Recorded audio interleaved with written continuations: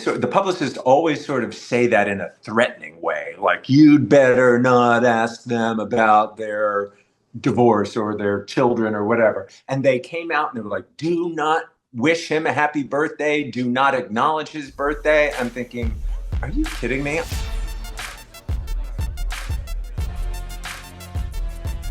Hi, and welcome to Flawsome Talk, the podcast. As many of you already know, I'm an entertainment reporter, and I usually talk a lot about Blake Lively and Justin Baldoni's legal feud on my YouTube channel.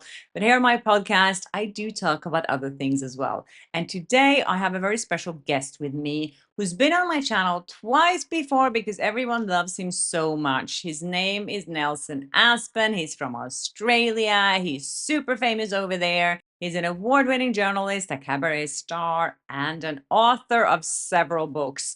We have met on so many press junkets, and he's also interviewed so many celebrities and have so many stories. He started doing this way before I did, and we always love sharing experiences. So in this episode, we'll give you guys a little bit of an insight of what goes on behind the scenes of these press junkets, some celebrities that we had terrible experiences with, and some that we quite like, and some that were surprising, some that were quite shocking. And also how much this industry has changed. Things used to be much more juicier than they are now. And also, of course, I'm going to have to ask him about his experience with Blake Lively and Ryan Reynolds and with Hugh Jackman, because he knows Hugh Jackman pretty well. So yes, here is Nelson Aspen. Nelson coming in from New York. It's so good to see you again. You look amazing. How is the weather in New York? Is it hot? It's the heat of summer, and I've got my iced coffee, and I dressed like an ice cream man for you, and ready to celebrate summer. I love summer.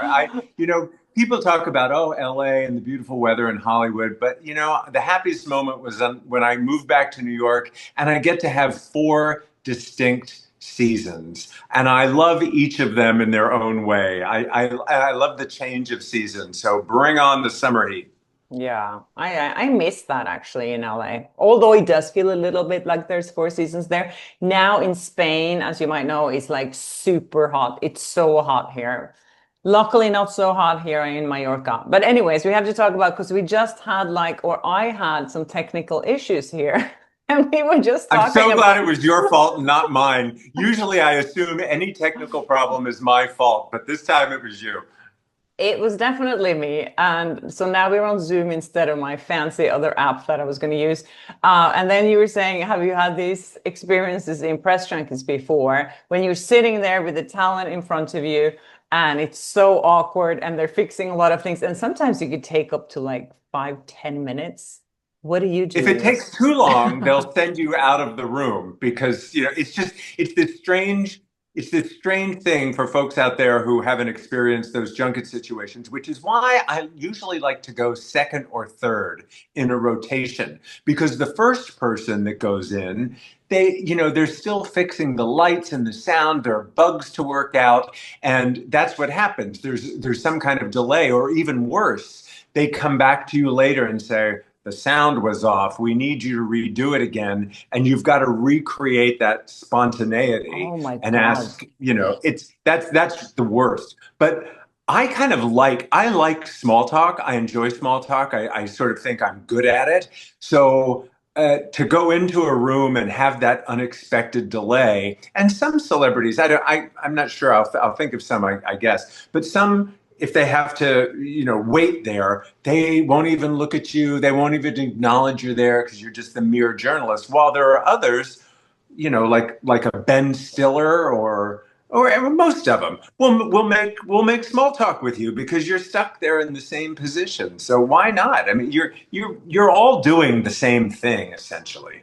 So I have to ask you this, because I know that you know Hugh Jackman pretty well, and he has received so much backlash lately because of his divorce and also because of his relationship with Ryan Reynolds. So he's taking all this heat now, and we've talked about Hugh Jackman before because he's was at least one of my favorites to interview, and I know you really like him. What do you think about all the things happening right now? He's he's doing a residency in New York of his one-man sort of cabaret musical extravaganza at Radio City Music Hall. And he's really kind of been off the radar. And I think that's sort of a self-inflicted effort to keep busy, because that gives him the excuse not to get involved in the drama with his ex-wife, the drama with his buddy Ryan Reynolds. He's busy, he's working, he's doing his thing, and nobody's really had anything to do with him because he's been focused on that. And he'll turn up on odd street corners, walking around with Sutton, spending a lot of time on the west side of Manhattan. But my sources tell me, even though it's been in the press that he's looking at properties in Australia, specifically Byron Bay, to make a new home. So once he gets, divorced and they can get married, Sutton and he can get married, that they want to have an Australian home to split their time. But I'm hearing that he's planning to move to Los Angeles, that he and Sutton are looking to move to Los Angeles. So, I mean, why not? Why not have a home in every port? Sure, he can have a place. Why not have a place in New York, Los Angeles? And I think Deborah Lee got custody of the home in the Hamptons. That was a big deal because she wanted to sell herself as an interior designer. And they had their place in the Hamptons after a long time. Like, they were living at the courtesy of friends. They were always staying with people and places out there. And then they finally got their own home in the Hamptons. And Deborah Lee, she got an Architectural Digest. She was going to be an interior designer. And it was around that time that I was hiring an interior designer and asked her if she had any recommendations. And she said to me, but I'm an interior designer. And I was like, well, I can't afford you, Deborah Lee. I can't afford you, Mrs. Jackman. But who knows? That maybe that's her backup plan. But I feel like I've gotten emails and messages from Australians who are saying that everyone loves Deborah in Australia and they're blaming everything on him. Is that your? It's probably a sexist take, and I sort of figure in those kind of situations, no one is blameless, but it's often easy to blame the man, especially if the man falls in love with somebody else. That's what happens. My mother used to say, "You can't break up a happy marriage."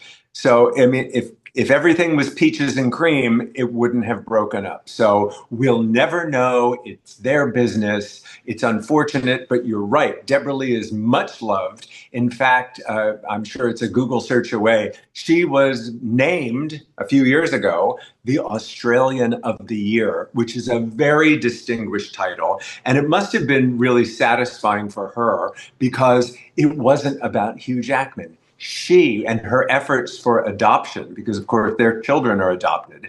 And in Australia, it didn't used to be such an easy thing to adopt. And she was a huge advocate to promote easier adoption laws in Australia.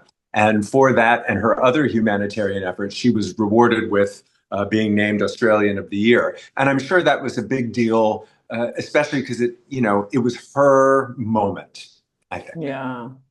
Okay, so back to what we were starting talking about here, awkward moments when the cameras, they have issues and technicalities. So you sent me this really funny clip of John Cusack with this reporter. And I mean, we've all met these reporters that have prepared absolutely nothing for these interviews. And I'm just going to show the clip quickly so people know what I'm talking about here. It's so fun. It's funny, I actually was just text messaging with a friend because I'm missing class right now. You are? And my film class. And it's so funny because they're watching American Beauty today and analyzing it. American Beauty? Mm-hmm. What's funny about that? You were in that. No, I wasn't. American Beauty? Nope. What's the one with the rose petals? I'm not in that. That's not you? No. Really? No. Really? Swear to God. Am I just very confused? I think you are. I think I am. Okay. Yes. So what were your thoughts when you Oh my saw God. that?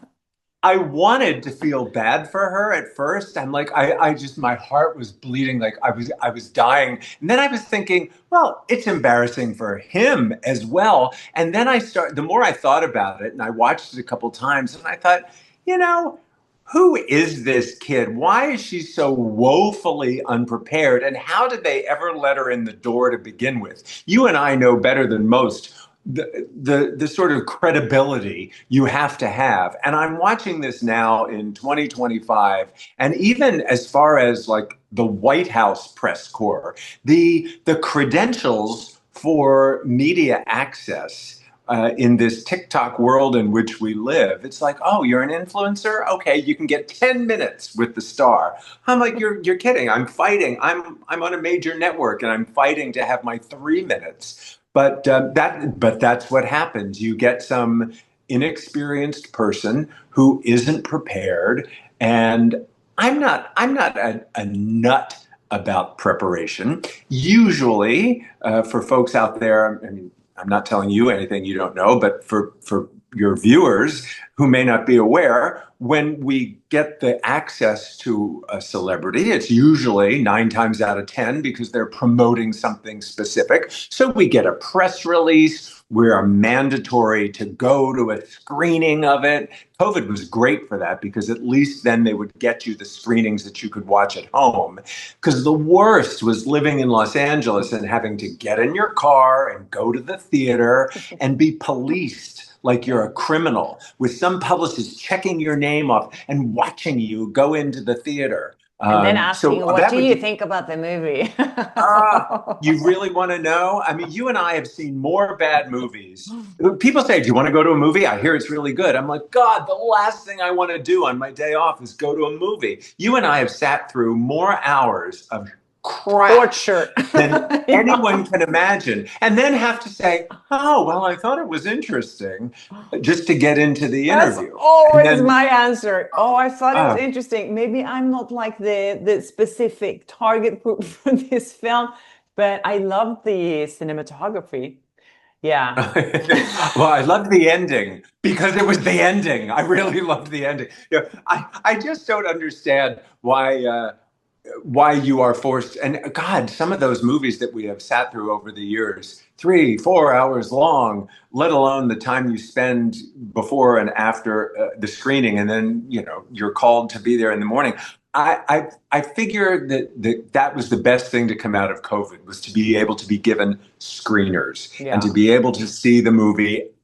Because I know, for me, a lot of my joy and reaction to a film is based on the experience of watching it. If I'm in a crowded multiplex that smells of popcorn and urine, I'm not going to enjoy the movie so much. If I'm in a private screening room or I'm watching it at home, I'm a day person. I'm not a night person. I don't want to go to a screening at 10 o'clock in the morning. I'd rather screen it at 10 o'clock at night. I'd rather watch it at 10 in the morning. So there's a lot of factors. Have I had a good meal before? Am I going to a good meal after? And we all know that if we like the film more, we're going to have a better interview. We're going to be more enthusiastic about the interview. Unless, I have to say, sometimes when really big star makes really bad movies, they don't want to talk about the movie. They want to talk about personal things, which has always been good for me. Since that's always been Great. kind of my angle. And I remember I came into there was a junket once with Anthony Hopkins for, I think it was the movie Noah. And we were told, like, he doesn't want to talk about the movie. He hates the movie. Don't ask him about the movie. I was like, wow, that's quite Fantastic. interesting. I've never heard that before. But yeah, back to this journalist. I feel like there's, like you're saying, there's so many journalists who, have no idea what they're talking about, and they end up in these situations. But have you ended up in a situation where, you really said something stupid or something that you really regretted, and how did they react? Yeah, I was trying to think about that. I've never mistaken one celebrity for another, like the girl in the video. And it was Kevin Spacey she thought he was? I yeah, because she was, and the wrong movie. She's like, you were an American Beauty. It's funny you mentioned Kevin Spacey because he is so. I don't know if combative is the right word, but Kevin Spacey's kind of a bully. So, and I've had very few unhappy experiences, but Kevin Spacey was one of them because he was combative. He didn't want to have a good interview. And I get it. He doesn't like doing press, but if you're going to do it, suck it up, Buttercup. But I was thinking about that, and I thought of Jason Statham. It was like Fast and Furious Part 712, one of those Fast and Furious movies. And he was so stylish and chic. Like whoever dresses him does a really fantastic job. He always looks terrific. And there were no restrictions on the interview. And really, after so many Fast and Furious movies, really, what can you ask that might possibly be original? But I went with style. And he it was one of those horrible, awkward where he just sneered at me.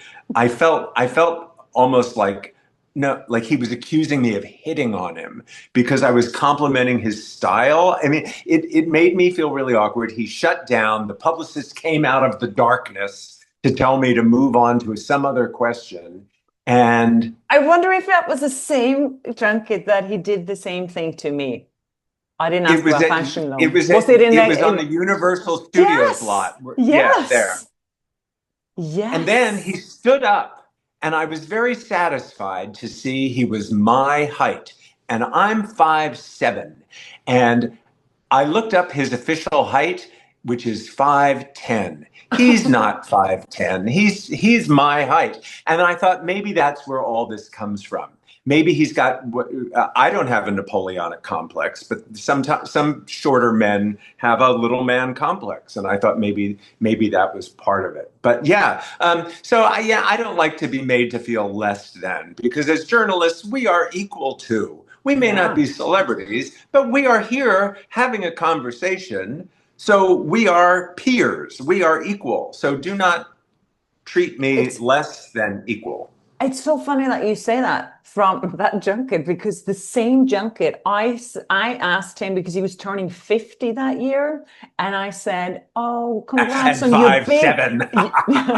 Yeah, right. So he doesn't like being 50 and 5'7". So of course he was like, same thing happened. And the publicist, I heard the publicist from the side, can we move on to the next question? When I said, are you celebrating big? This is a big thing. And he was like, oh, we're not talking about that. Like, what? And he can't even talk about fashion? Oh my God. I told you that last time we chatted about Paul Rudd. I interviewed Paul Rudd on his birthday, and they came out and they were like, do not wish him a happy birthday. Do not acknowledge his birthday. I'm thinking, are you kidding me? I love my birthday. And everybody loves Paul Rudd, and everybody thinks he looks so good for his age. I don't get what that is. But the Jason Statham thing, I think also there is, there are plenty of, I don't know. I think they get paranoid about their thirst trap appeal, and these quote unquote sexy stars. They want to be sexy, but then they get uncomfortable if they're treated sexy, and there are exceptions to that, like I'm not a big fan of Vin Diesel because he's so chronically late, to the point of like 7 hours kind of late, like rude, not even passive aggressive lateness. However, Vin Diesel, The Rock, Dwayne Johnson, some of these big macho guys are actually really terrific with me. They're so charismatic that they naturally flirt, as opposed to somebody like a Jason Statham who might be uncomfortable with that. Maybe now that I think about it, maybe that's why Kevin Spacey was uncomfortable with me. Maybe he didn't like you. Maybe he thought, there's this gay guy is going to turn something sexual, which I would never in a bazillion years do. But maybe it's paranoia. Sex is a crazy thing for people. It's interesting that you say that also, because I feel like some celebrities, you might have a terrible experience with. I had a good experiences with them. And then you meet them again and then they're acting completely different. And you never know what kind of person you were gonna get. So what was your like? Blake Lively. Yeah. You don't know who you're going to get. But then, in Yeah. fairness, my husband doesn't know who he's going to get when he wakes up in the morning. Sometimes, you just have a funny day. Well, I hope you don't sue him for it, though. I mean, Well, he's never talked about my bump because if he did, he'd know he'd be in big trouble. you had because you said we talked about this before, though, because you've obviously been on my show before, but you spoke about you had two different, very different experiences with Blake Lively. One was very nice, and The one first one was was so great. I couldn't wait to see her again. She was flirty and gorgeous and fun and smart and I couldn't and then the second time, but as you recall, the second time she was paired with Anna and the whole dynamic was different. And I think in hindsight, that may have been their own thing. That may have been a competition that was going on between them and I just sort of got mixed up in it. and Ryan Reynolds as well. You said you had a little I've interviewed lost. Ryan so many times, and he was always good. But as he became, in the beginning, he was just this nice Canadian guy. Was he married to Scarlett at that point? I don't know, but he was just this nice, humble, goofy guy. And as he got more successful and better groomed and then more, ruggedly handsome, as he evolved, so did his personality. And I think his paranoia. Then the last time I interviewed him, they were like, we need to see the questions in advance or you can't do the interview. And it was for an animated film. I'm like, you need to see my questions in advance to talk to him about his new animated film. So That there was was an old surprising movie. to me that he was like Yeah. that, actually. But now that we know so much more about him, I don't know if you follow this drama as closely as I'm, but now I'm No, like, nobody is following it as closely as you are, I'm sure. I know all the details. No, but now things like that make sense. And I feel like what I've learned so much about throughout this whole Blake Lively drama is how the industry works and how dirty things are, and the publicists and the marketing machine, and how everyone is trying to cover up for each other, and no one wants to tell the truth. No one dares to stand up for someone. Like you see on both sides here, Blake Lively doesn't really have any friends except Salma Hayek at this point, and Hugh Jackman and Justin Baldoni. There's just like people are such cowards. It's very You'd disappointing. like to think in this information era and in this age of oversharing, where everybody's sharing every nook and cranny of their personal lives, you'd like to think it's different, that it might be more open and friendly and less paranoid. However, um, the past is prologue. And if you look back in classic Hollywood history to the heyday of Luella Parsons and Hedda Hopper, the original tabloid journalists of all the Hollywood rags, but they made or broke careers. And everybody lived in fear of those journalists. And I think as much as we'd like to think we have evolved as a society, that the industry has evolved, it's the same. They are terrified of us, and they hate us. they pretend to love us. They pretend to love us. They need to love us, but they're scared and worried about what we could do. And I guess rightfully so. I mean, there are bad Yeah, look at Blake journalists. Lively. What Yeah, but happened, but but that there was are her. bad journalists out Yeah. there. We live in a TMZ world, but it's always been before TMZ it was the National Enquirer. Before the National Enquirer it was Hollywood Confidential. There has always been tabloid trash. But you and I don't live in that world and operate in that world, and I guess that's why the actors and their publicists are paranoid about it, because bad representatives are out there. But I was speaking to another journalist a little while ago, and he was like, "Oh, he was talking to a producer who said that, oh, I miss the old days, when you had junkets and celebrities didn't behave right, and these clips were everywhere, and it was such good PR marketing for the movie because people started talking about it. Now it's so controlled that there's never any headlines from these type of interviews. I think the last time there was like any viral moment was when Ariana Grande was, holding that fingernail in a Wicked interview. That was like the big moment of last year of viral moments in these press junkets. And I think that she's right. It's become so boring, these interviews, and they don't really happen that much anymore. You're not doing them anymore, are you? Very, very, very rarely. And now I'm covering political news. I have an outlet with Britain, GB News, and it's funny because I'm doing commentary and reporting on political stories, and it's interesting that I'm flexing the exact same muscles. It feels very familiar to me, but instead of talking about movie stars, I'm talking about politicians. And it's really just the same. It goes to show you that fame is fame. It's just a different outlet. And it's a fun change of pace for me because you get a little fatigued after 30 years of talking about movie stars. It's kind of fun to talk about something different.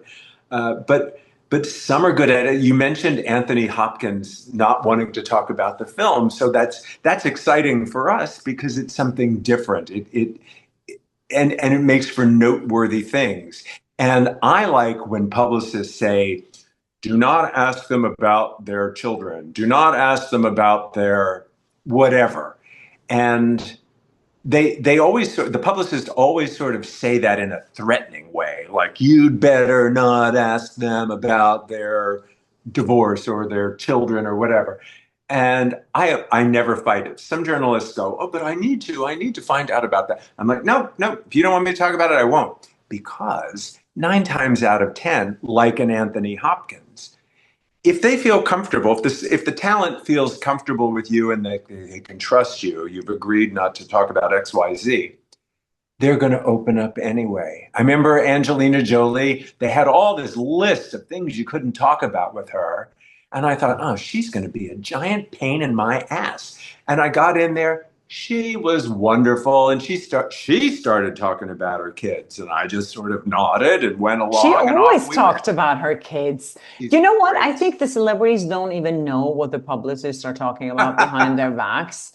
I had just had a drink with another journalist here in Spain that used to do junkets as well, and she said she was representing someone now because she was gone on to the other side, and she said that you know she got all this list of things that they couldn't ask him about at this TV show, and he was so surprised by it, and he was like, "Wow, I don't mind talking about that or that." So sometimes they don't even know that we are not supposed to ask them about things. And I think I don't know sometimes, why you would, yeah, I don't know why you would agree to give an interview if you had things you couldn't talk about. Who lives like that? What nefarious, evil, salacious things are you up to that you have to restrict it? some I people now are, have a I publicist. think. I guess so, but I guess I'm a naive. And, so with my last book, I hired a publicist to help me get the word out about the book. So it's interesting because for the first time, I'm on that side of things. And they'll ask me, is there anything you do or don't want to talk about? And I'm like, no, well, obviously I want to talk about the book because that's why we're talking. But it would never occur to me to say something's off limits. But maybe that's a reflection of, a clean life. Yeah, or if they're asking something you feel uncomfortable about, you know how to answer it. And you'll be like, Yeah, yeah, I absolutely. mean, and they're still trained in this. Most of these people have been trained in interviews, and a lot of them have done them for years. So why wouldn't you be able to answer a question in a way that doesn't really give an answer? A lot of them are very good at that. People like Leonardo DiCaprio, who never answers anything really personal. He just like you know, make sure that he just kind of get it back to the movie. I hate when they do that and you ask them something else and then they were like, and I always did the tricky thing. I'd be like, yeah, you know, in the movie, you play this character who's like this and that. In real life, you have to kind of get them to talk about personal things.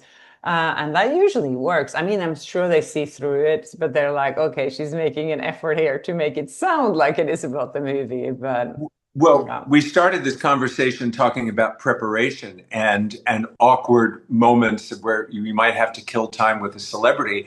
And one of the preparations that I always have made when interviewing someone famous is to, you know, it either springs to mind or it's a quick Google search. I try and find what is the 1 degree of separation. And after all those years of living in Hollywood, it was easy. Leonardo DiCaprio is a great example. What's my degree of separation away from Leonardo DiCaprio so I can throw that in and make it feel personal and trustworthy? In his case, I spent a few Christmases with his mother. She and I were on the same guest list at somebody's house. So I had Christmas dinner for like 3 or 4 years in a row with his mother. So so whenever I would interview Leo, I'd say, how's Ermeline?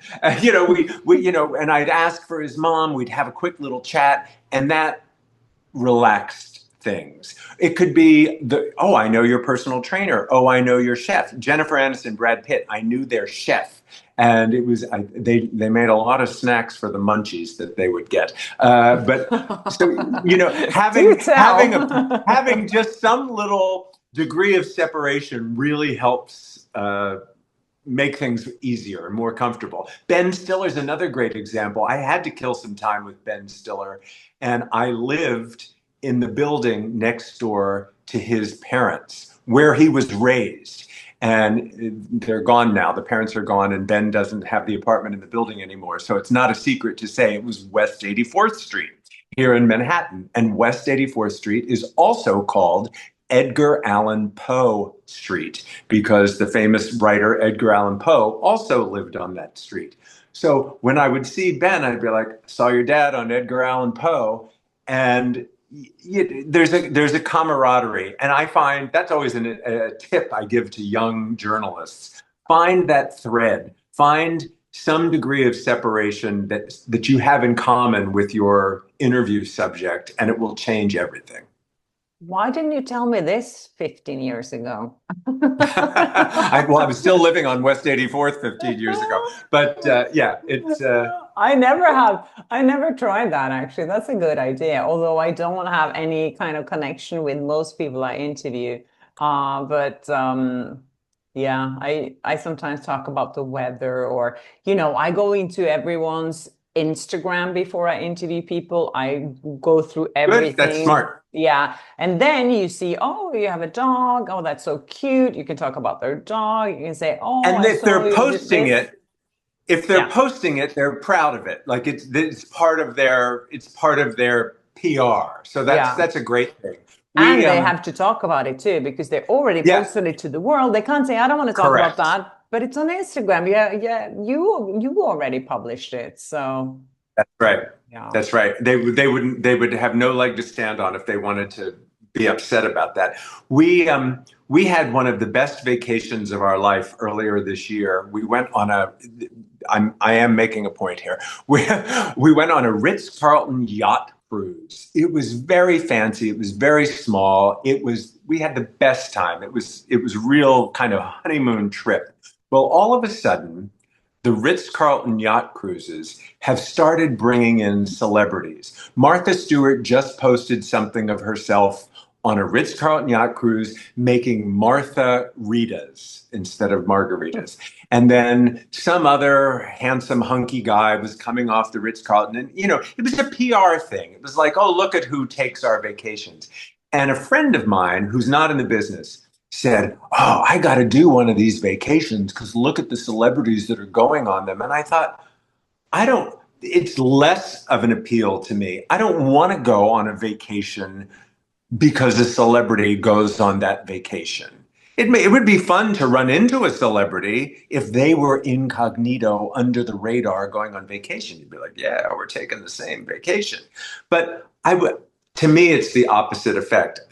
Too many celebrities, I wouldn't want to go on a vacation with a celebrity. Good. Yeah, no. I've never even thought about it, but I remember when we were at Sony had these things in Cancun. I don't know if you ever went to those, where we spent a week at a Ritz-Carlton with all these celebrities. They were all there and they brought their families. Brad Pitt, Angelina Jolie was there, and they brought their kids, and they were everywhere. You would run into Julia Roberts in the gym. It was really interesting and weird, and to see them in an element of being like on vacation at the same time, but then you're But feeling they like couldn't have really been relaxed. They could no. not have been relaxed. And then you were like, okay, that's Leonardo DiCaprio at the pool, and then you're just like, I have to lie here and stare at him because you have to. So you're just like, I'll pretend I don't That's a see movie. him. You should make a movie of that.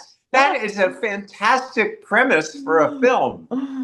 Yeah, maybe. Oh, there's so many things to make movies about. Anyways, But see, I like it.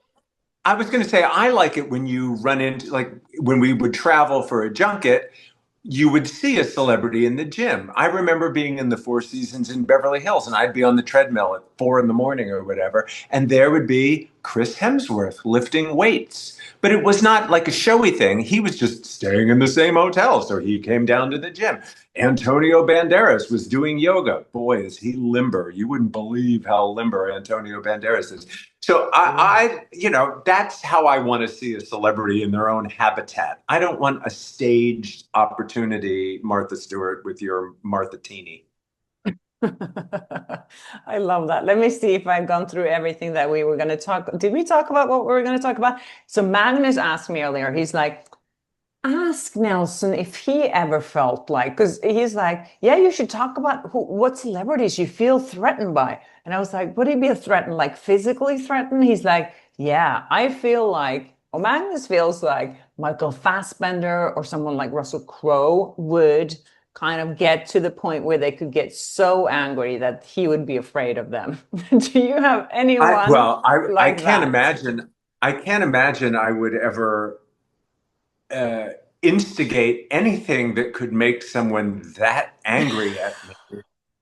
To feel threatening of me. Right now I'm looking. I'm in New York City right now. I'm in Harlem, and I'm looking at two parasailers. I can't believe what I'm seeing out my window. There are people paragliding over Manhattan. I've never seen that before in my life. I distract. Russell Crowe, Australian. My outlet for 20 years was Australian. I was coming out of a bathroom in a hotel doing a junket.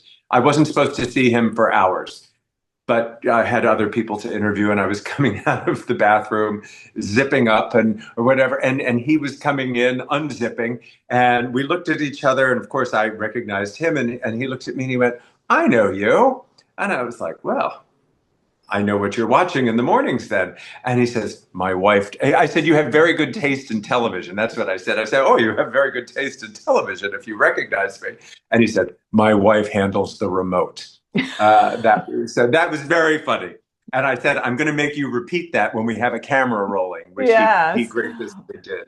But no, I don't think I've ever felt threatened. What I think is interesting is when you interview these really hot, perceived as hot actors, like Zac Efron, a Hugh Jackman or a Jason Statham or whomever, but they're really just not ever hot. I thought Guy Pearce was a lot more attractive in person, and that first time I met Blake Lively, I was kind of blown away by how beautiful she looked. But most of the time, they're not as sexy as you hope they'll be. Yeah. Oh, I'll tell you who's scary. Who I thought was going to be scary. Everybody was warning me. You better be ready. You've got to get. You're going to hate this. You're going to hate this. Harrison Ford, Kevin Costner, and Tommy Lee Jones. And I didn't interview them at the same time, but over the years, and Harrison a couple times, Kevin once, Tommy Lee a couple of times. But they were always presented to me as scary.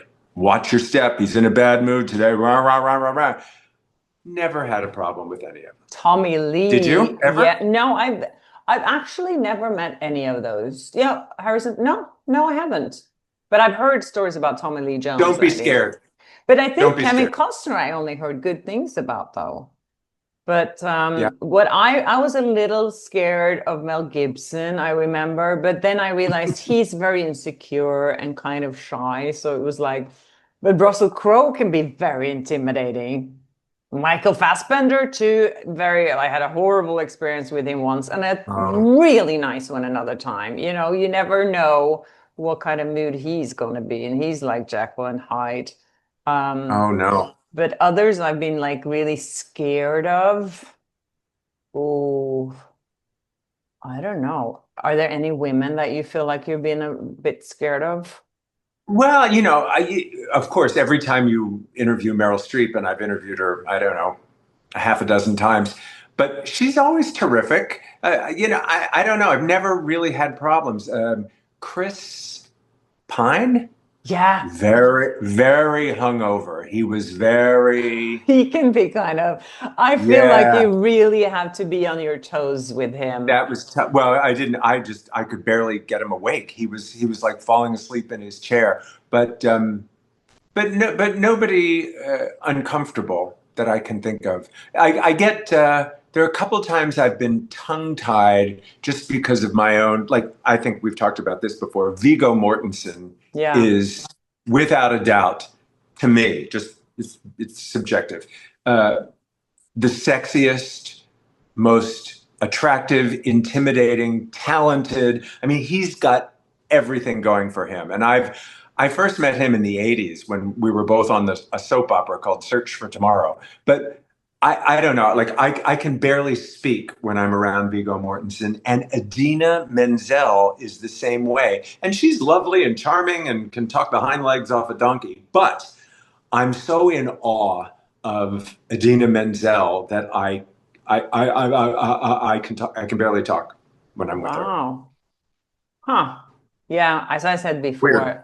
I had this with Tom Hiddleston that I thought I was never attracted to him or anything like that. But then I had that interview with him where I was like, whoa, it turned out to be like this really deep conversation about love and falling in love. And he was so flirtatious. And I went out of there. I was like, oh my God, Isn't what that happened? great? Yes. I think that is so great. Patrick Wilson, I think Patrick Wilson, of course, he's been married forever, straight as an arrow, but he has a natural ability to flirt. I don't even know if he thinks he's flirting, but he looks you in the eye. Jeff Goldblum, oh my God, Yeah, Jeff Goldblum is the same way. And he's so tall. Jeff Goldblum is looking down at you and making this sensual eye, and in that voice, he's got that low voice, and he uses your name. He'll say, "Well, Nelson," and then he'll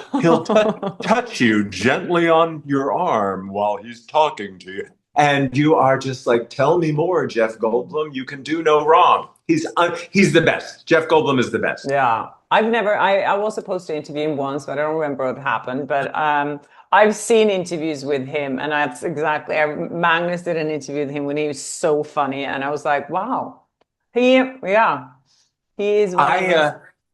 I had a picture of us together in 1997. I come up to about his elbow, and I had a picture of us from the 90s, and then I went to Maui. I think it was Maui for one of the Jurassic movies, and he was there. And I showed him the picture of us from 1997, 20 years earlier or something. And he's like, Nelson, we've got to recreate that. And, he called somebody out to take the picture, and I have all the time in the world for Jeff Goldblum. I forgot about that. He's in my top 10. Oh, that's nice. So we're ending this on a positive note. I've been like so critical towards Hollywood and everything going on there throughout my podcast and everything on YouTube. So this is good. There's some positivity here still. there are some nice people out there. We have met some nice people. So I'd always let's, rather. I'm not afraid to talk about the terrible things, but I. but you have to talk about your books and your Oh cabaret yes, and your other projects because you have so much going on, and I want you to have the opportunity here to tell everyone about it. Yeah. thank you, thank you. In a nutshell, my new book, Kindred Spirits: A Titanic Tale, which is a historical fantasy based on two actual passengers on the Titanic. Who I believe had an unrequited love affair. It's the first gay Titanic novel. I'm enjoying traveling the world promoting the book, available on Amazon or wherever you get your books, and we're having such a good time with it that I've been booked on Cunard's Queen Mary 2 to make a transatlantic crossing of Titanic's route. And I will be giving speech lectures and talks about Titanic over the Rec site, which is incredible. And I also do a Titanic Talk podcast. So I never thought in my quote unquote retirement I'd be spending all my time doing Titanic stuff. And in October of 2026, people can come with me. I'm doing a tour of Ireland. I will take people around Ireland, culminating in Belfast, Northern Ireland, which is where Titanic was built. It's where the original offices have been converted into a hotel. The definitive Titanic Museum is there, which is breathtaking. And the Irish people are so warm and wonderful. There's so much to do and see. So all of that's on nelsonaspen.com. You can find the books, you can find my tours and all that stuff. But it's really interesting that Titanic has taken such a major part in my life, including July 10th and 17th here in New York City. I'm doing a cabaret show where it's an evening of songs and stories related to my book about Titanic. So here we go. It's not all Leonardo DiCaprio and Kate Winslet. It's Nelson too. I will leave links below in this video on YouTube so people Thank can go you. and check you out and get tickets if they want to. And then also, of course, your two books that we spoke about last time with your crazy life stories with celebrity, juicy gossip and tea. Sex. There's sex in my Titanic book too. Jackie Collins told me, always put sex in your books because even if people say they don't want to read it, they're going to want to read it. If nothing else, to say that they didn't want to read it. So yeah, a little sex goes a long way. It does. Wow. Thank you so much, Nelson, for having the time to talk to me and for, not for being patient with my technical issues. We go back so far. This is so great to be in each other's clutches after all these years. You're stuck with me forever. Thank you so much to Nelson and to you guys for listening. I hope you enjoy that. And so, yes, if you haven't subscribed to my channel yet on YouTube, please do that and hit the notification bell so you don't miss an episode of any of my podcasts or any of my episodes that I post every day, because I do that too. And of course, if there's anything you want me to talk about, please send me a message on flossomtalk@gmail.com and I'll see you in my next one. Bye.